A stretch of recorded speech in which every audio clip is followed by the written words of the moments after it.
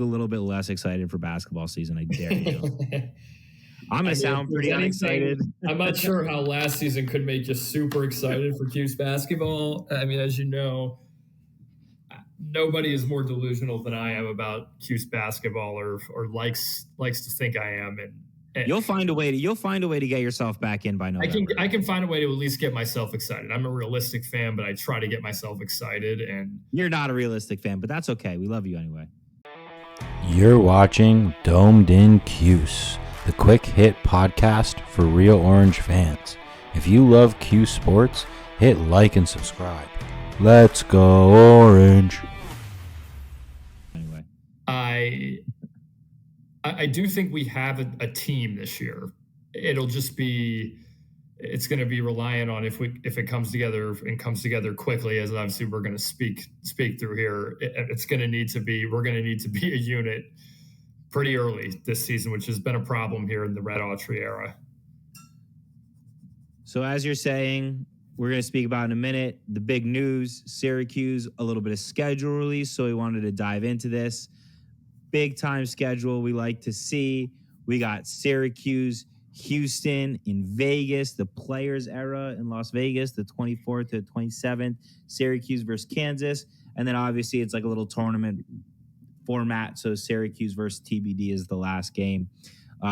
Could be a great opportunity to get out to Vegas for those of us in the Northeast. It's going to be cold that time of year. It's going to be right around Thanksgiving time. Could be an opportunity to get out. Personally, I'm going to be focused on football still at this time because the Fran Brown effect, and Red just kind of sucks and leaves a lot to be desired from that kind of position. And we'll see. He's been given the gift of all gifts. Thank you, Carmelo Anthony, and thank you, Kaya Anthony, for coming to Syracuse. But he's been given a lifeline here that, we were talking about this. Post Boeheim, we're going to have to figure out where we are as a university because that was our guy. And we're not going to get many more lifelines.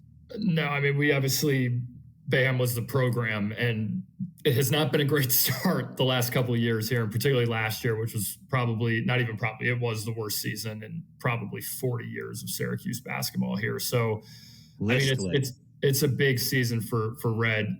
This is, in my opinion, kind of a nightmare situation out in Vegas for Cuse here that already has Tennessee on the schedule in the non-conference. Like, we're bringing in basically an entirely new roster around JJ and Donnie this year. A lot of young guys. We got a lot of young guys who we're hoping are contributors, likely off the bench here. But I don't even know who Kelvin has at Houston next year. Like, I don't fucking know, but they're going to be men, and they're going to play hard. That's a system, and they're going to be ready to put you in fucking prison for 40 minutes. Torture chamber, dude. You're going to have to fucking get through it. Like, this is going to be a tough matchup for a Syracuse team that has to gel in a few weeks, and then your reward the following day is that you get to play Bill Self in Kansas. Don't know what Kansas is going to look like, but I'm going to guess they're big. Bill Self loves himself a big team, big guys. Kansas is going to be interesting this year. Like, I think, look, Kansas has struggled a little bit to transition in this NIL era. They've made some bets on guys that just haven't worked out. And, like, that said, they've been a remarkably larger step up than Syracuse. And, like, this is a tough 1-2 punch along again with Tennessee in the non-conference. And plus we've got a third game here that we'll see who we end up playing, but tough set of games. We'll see what this Cuse team looks like very quickly early on in this season here. I do think there is a lot to be curious about with this team. Like, we've got a lot of interesting players, and I do think at least the starting five does seem to fit together to some degree. And the players are bringing some hype. Like, you see the players out there getting a little hype. Like, the social media channels are doing a good job with the hype. But we talk a lot about Fran bringing the juice. At least I do. I talk a lot about Fran bringing the juice. And it's one of my favorite things about Fran is Fran keeps us excited for the season. He's constantly in the news. He's constantly saying funny things. He's constantly trying to get attention on the program.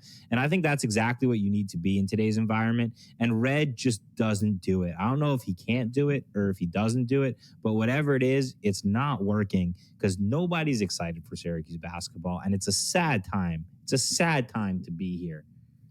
Yeah, it's not a great situation. But again, I think what we got to do this year is it's a tournament or bust. He's gone if we don't make the tournament. And look, I think we've got a decent team. It'll be interesting. It'll at least be a team that I hope we can root for an entire season, which was not the case last year. Nate George is going to be a reliable point guard coming in from Georgia Tech. Kings coming in on the wing, can shoot the ball. William Kyle inside. Soiree, who's going to be probably our backup big, probably sprinkling a little Sadiq White. We've got some guys along with Cayenne coming in and Fennell in the backcourt. Like, we have a lot of players this year who probably are going to be contributors to the D1 level. It's just, look, we lack that top end star player right now. And this is going to be something where you need a coach to really, really have his hands on this team. Not the best phrasing there. And you're excited. You're excited about Fennell, right? I do. I think Fennell has a chance to be seriously maybe our best freshman. Like, he played very well in this under-19 tournament with Australia. He can play. He can play off the dribble. He can shoot it. Very much going to his left to shoot it, but he's a big guard. I think he's going to be able to handle a little bit, and hopefully he can be something off the bench for us here, along with Cayenne. And then you've got Sadiq, who's likely coming off the bench. Like, if we get any contribution from freshmen this year, that's going to hopefully get us to a point where we are a top half, maybe top quarter team in the ACC, which I think the Syracuse fan base is just starving for. And the key, I think, is also, like, what can we get from JJ, right? Like, what can we get from JJ? Because can he take a leap and really be, at times last year, I thought we saw a little bit of that. He showed us he could be that 20-point per game scorer, and that's what we're going to need from him. We're going to need 20 from him basically night in and night out, and he's going to need to run the offense at times, and he's going to need to make some shots at other times, and he's going to need to be a leader on this team. And I'm hopeful we could see it, because I think he's got a lot to offer. Look, I agree. I like JJ a lot. He's a hometown kid. I'm rooting for him. I am glad we've brought in some help for him at the guard position. Clearly last year, the guard position was just a massive problem, right? Like, he had to do everything. Basically nothing else. And so this year you bring in a point guard in George, who's going to be able to take the handling load off JJ and just let him score. I think that's what he does best, is just score the ball. And look, whether he scores 20, whether he scores a nice 16, I think is really important that we get him going this year in a consistent way. But he's going to have help. Again, you're going to have a George at point guard. Nate King's on the wing, can really shoot. He can put the ball in the basket more importantly than anything, which is just a big deal for Cuse. It's struggled. We've needed that. Yeah, we've needed that. Yeah. And then what'll be interesting, I think, is the development of Donnie Freeman, right? Like, we were talking about this the other day. Like, I think Donnie offensively proved he can play at a high level. There's a lot to like about his offensive game. There's a lot that this guy does offensively. He can step out and shoot it. He can play in the totally. He can pass a little bit. When he gets going on the offensive glass, he really can affect the game there. Defensively, though, there's no other way to put it than it was just a mess last year. Like, do we think William Kyle helps that? I think Kyle's going to help that. He's going to be a rim protector, but we got to get something out of Donnie this year. And he's a little bit more energetic than Lampkin was, so he can move a little bit better than Eddie, which is, I think, going to be able to move. And he's just frankly going to be able to play above the rim, which Eddie just cannot do. And Eddie just can't move his feet. Like, he's just. I don't want to bury Lampkin, because he wasn't necessarily the problem with last year's team, but we needed a rim protector. He did what he was going to we was played his game. Right, exactly. Player, right? He did a good job, I thought. Like, William Kyle is just we brought him in to protect the rim and run the floor and rebound. Different type of big, and I think that different type of big is going to help Donnie. It's going to. But if we can elevate our play, if Donnie can really elevate his play, like, Donnie should be a plus defender, right? He's big, long. He can move his feet. He's got to play stronger, and he's got to move with some more authority. Like, he was a little lazy last year. He wasn't ready to play. Want to be Merrick Dolezaj, you know what I'm saying? I mean, I want everybody to be Merrick Dolezaj, but you know what I mean. But if Donnie can play at a high level defensively, like, that changes who Syracuse is as a basketball team. Like, if we suddenly have a front court that's can move their feet, can play above the rim, is blocking shots, that's what gives you an identity as a basketball team, right? And like, if they can do that with some good guard play, like that's what an identity of a Syracuse basketball team can look like. Donnie needs to be able to shoot too, though. Donnie's going to need to be able to shoot the ball, because if you can get that +3 from him, even at 33, 35%, that's going to be huge for Syracuse. They're going to need him to do that on a few more attempts per game than he was doing last year. And they're going to need, like you said, we got Kings, so hopefully that's a guy who could score for us a little bit. And then what can the freshmen bring? Because the freshmen are exciting. So listen, we just talked ourselves back into Syracuse basketball, as we always do.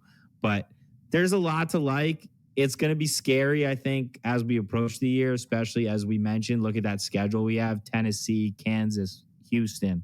It's a murderer's row. But that's what we should expect. And I said this to you. I said, I think it's pathetic that as Syracuse basketball, we're like, oh, shit, our schedule is hard. Look at all these teams we play. We used to be the team that nobody wanted to play. We used to be the team that they were like, oh, shit, we got Syracuse on our schedule. What the fuck? Now we're like, oh, we got to worry about our schedule. I want to go back to being the team that put anybody in front of us, we're going to take them out. Yeah, it's a different era, and it's sad, but it's just kind of the fact of how it is. It looks brutal for Cuse early in the ninth. I could never remember, in the past bunch of years, especially, in our heyday, when I ever looked at the schedule and I was like, oh shit, we got to play this team. I was like, oh shit, Georgetown better be fucking careful around us. You know what I'm saying? I don't disagree, but seriously, like it's a different era of Syracuse basketball, and we have seen some rough non-conference play the last couple of years, especially under Red, including a loss to Georgetown last year. We've got to be better. And it'll be interesting to see. Look, if he can't win any of these games and it's non-competitive, I think it's probably an indicator for likely maybe the end of the era here. He's on the hot seat. I think he's 100% firmly planted on that. We need to have good competitive showings in these games. That's what we need to make this tournament. This is a tournament or you're gone year for Red, in my opinion. This team with a good coach would be able to do that. Like, it's just simply put. Just confident. I don't even want a bubble situation. I want to confidently be in. We don't need to be a top seed, but, give me an 8-9 seed team this year. That's where this team, I think, should be. And anything less than that, to me, he's got to go. I think that's probably right. And that's probably how it'll shake out this year. So I think the verdict is in, or not the verdict, but I think the expectations from the expectations, right? From the AD. I think Wildhack, as much as I have complaints about him, has sent that message to Red that this has got to be the year they've got to make changes, because again, we already talked about it.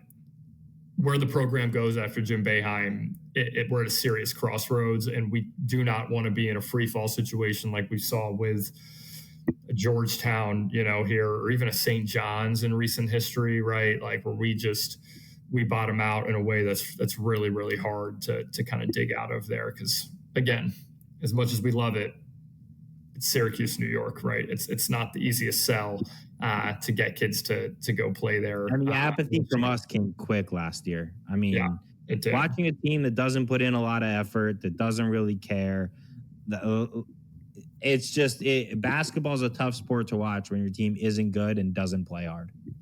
It was simply put.